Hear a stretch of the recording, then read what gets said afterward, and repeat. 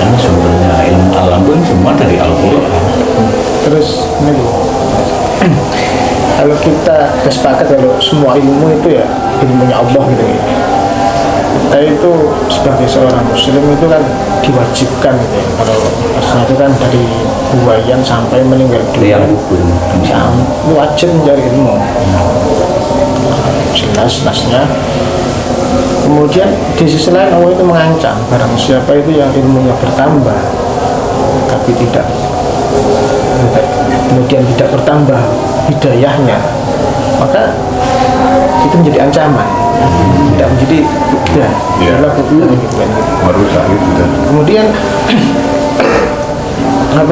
ancaman Allah juga lagi, orang ilmu itu yang dosa yang paling besar itu kalau orang ngerti tapi tidak bisa mengamalkan, atau ngomong tidak bisa mengamalkan, itu dosa yang paling besar.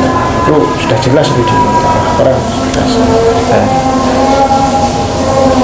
Gimana nih Pak Jir?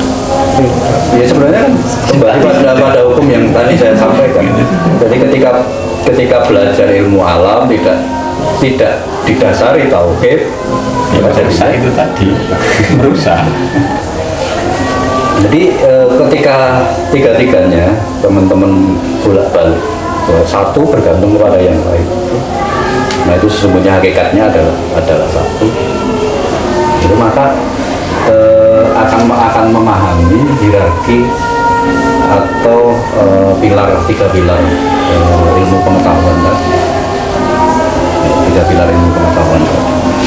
Nah sekarang pertanyaannya adalah yang disebut mengamalkan, melakukan itu kan bersifat praktis. Nah, praksis ini ada banyak, yang kelihatan, yang tidak kelihatan. Itu yang paling gampang lah,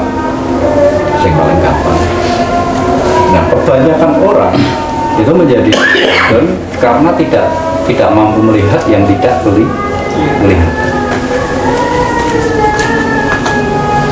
Contoh misalnya adalah banyak aulia yang thariqul adab, yang perilakunya tidak jamak seperti pada umumnya. Itu banyak yang suudon, seolah-olah tidak melakukan apa.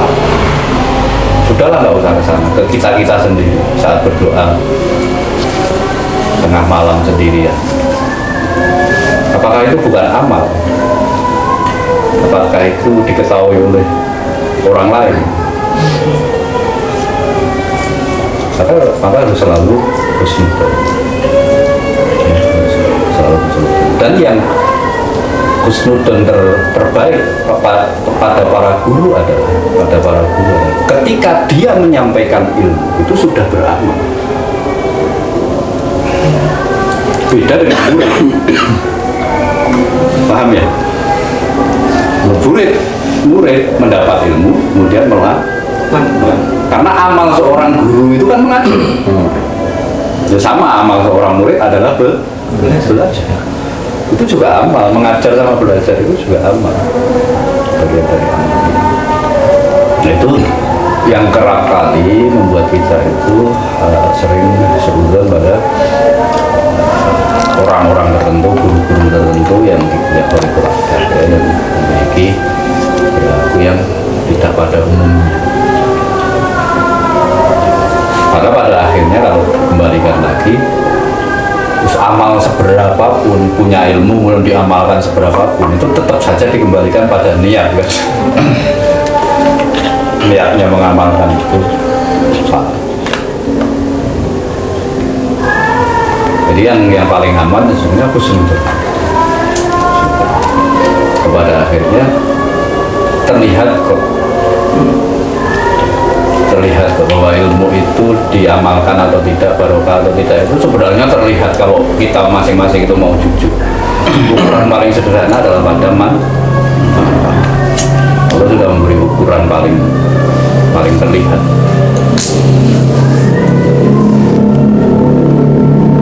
Manfaat ini kan tentu tidak bisa diukur dengan standar tertentu.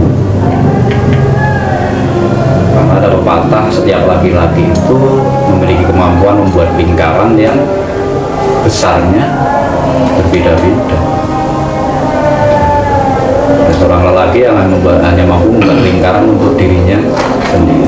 Ada seorang lelaki yang mampu membuat lingkaran untuk keluarga, untuk kampungnya, untuk negaranya, untuk sampai untuk bawah.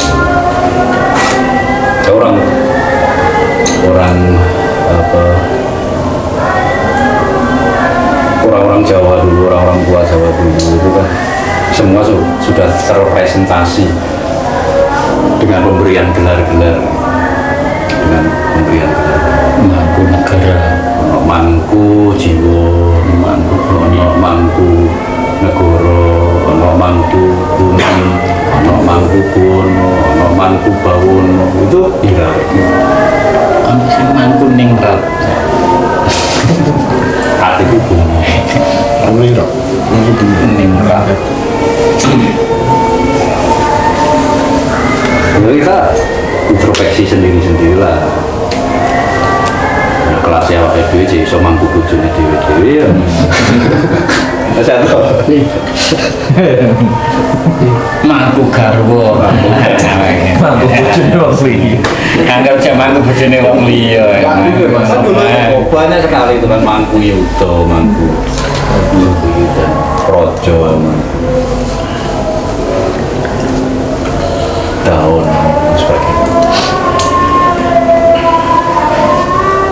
Jadi pemberian gelar itu seperti sesuai dengan kapasitasnya untuk ilmu nabati.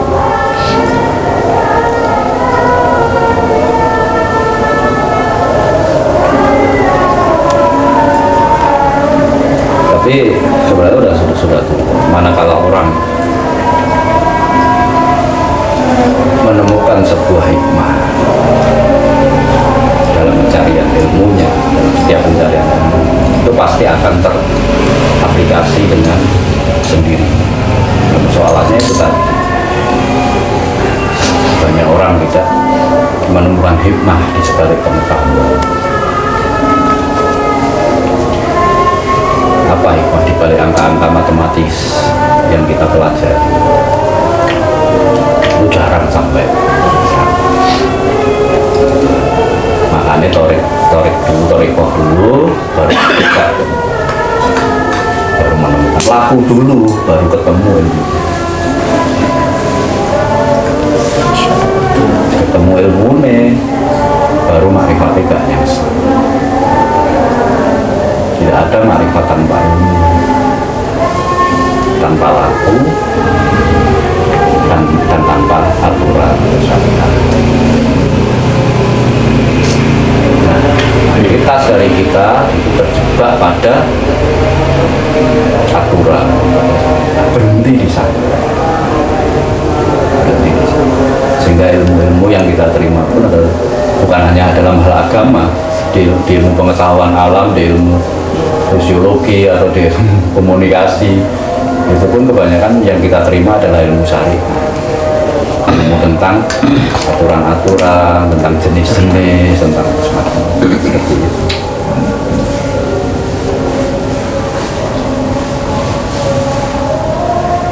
Tidak sampai kemudian mendorong kita untuk menempuh satu jalan toriko.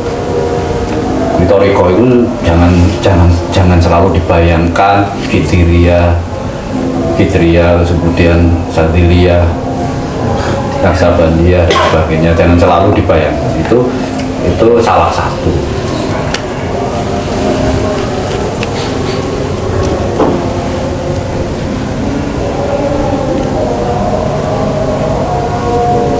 Secara teknis sebenarnya sederhana, pelipat gandaan.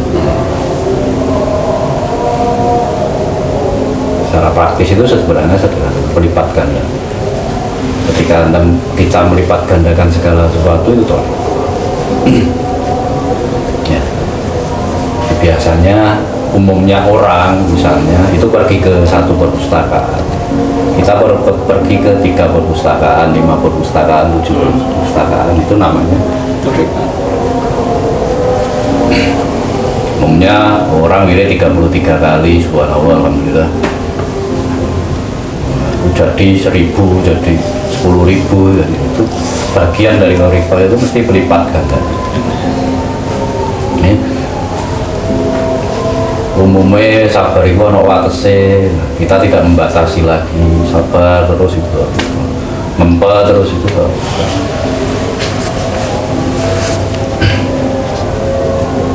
Karena perlu guru, jadilah itu macam-macam itu tadi. Tadi lihat itu yang bersanad pada seorang.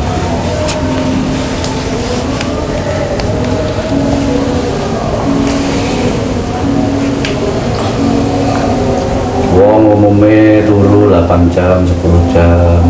Dilipat Kita lipat gandakan 24 jam itu parah. Diwale lompat ya mata ini kurang dari kadang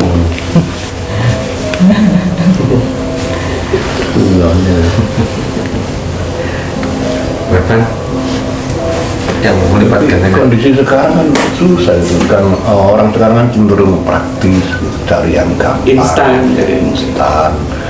Akhirnya untuk bicara kita melestarikan tauhid hanya dari keluarga itu kan, orang tuanya pengetahuannya sudah terbatas kan, kapan disampaikan ke anak-anaknya gitu. Itu menjadi semakin porsinya semakin kecil gitu. Nah itu selalu kan begitu argumen kita selama ini. Pada zaman sekarang kan susah. Zaman sekarang ini nggak ada apa-apanya dibandingkan zaman Jahiliyah. zaman Hud, zaman Soleh. Katanya Zaman Nuh itu ngeri loh, bayangkan seluruh dunianya tersisa 40, yang bener tersisa 40 mata itu kan betapa mengerikan. Zaman saya ini setiap masjid masih bersuara, ini masih kita dengar sholawat dan sebagainya. Jadi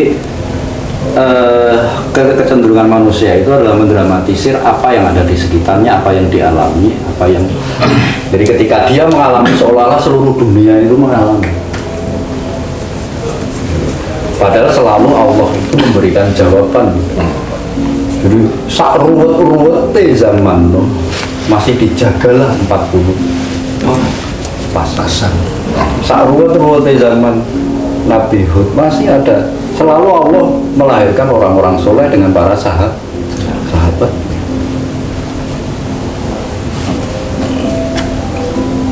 Dan selalu diawali dari satu orang dakwah. Ya, Nabi Muhammad semula hanya menyampaikan pada Khadijah pasca menerima wahyu pertama. Melihat situasi pada saat itu, sopo sing arep percaya, sopo sing arep berubah kondisi.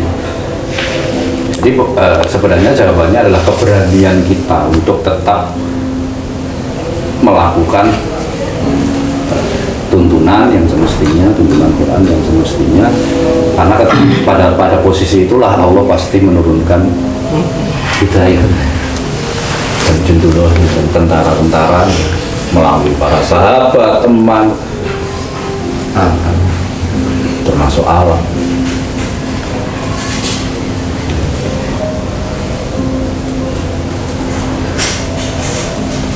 Yunus itu sempat suudon kan, Mas Habib ya, sampai belum pada hari yang ditentukan dari doanya sudah ditinggalkan kan. Itu ternyata prediksi dari Yunus salah, ternyata kampung itu beriman mau melakukan yang diperintahkan.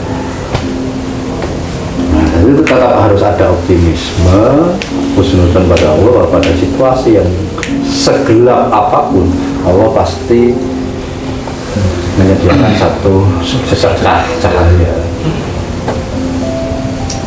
Itu yang harus kita cari dan kemudian kita vibrasikan.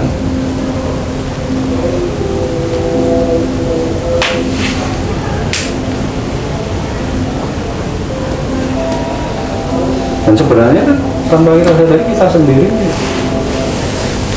melakukan 20 tahun. Orang mikir harus saya apa aku iso. Tapi setelah dijalani, setelah torik kok, Iya. jalan.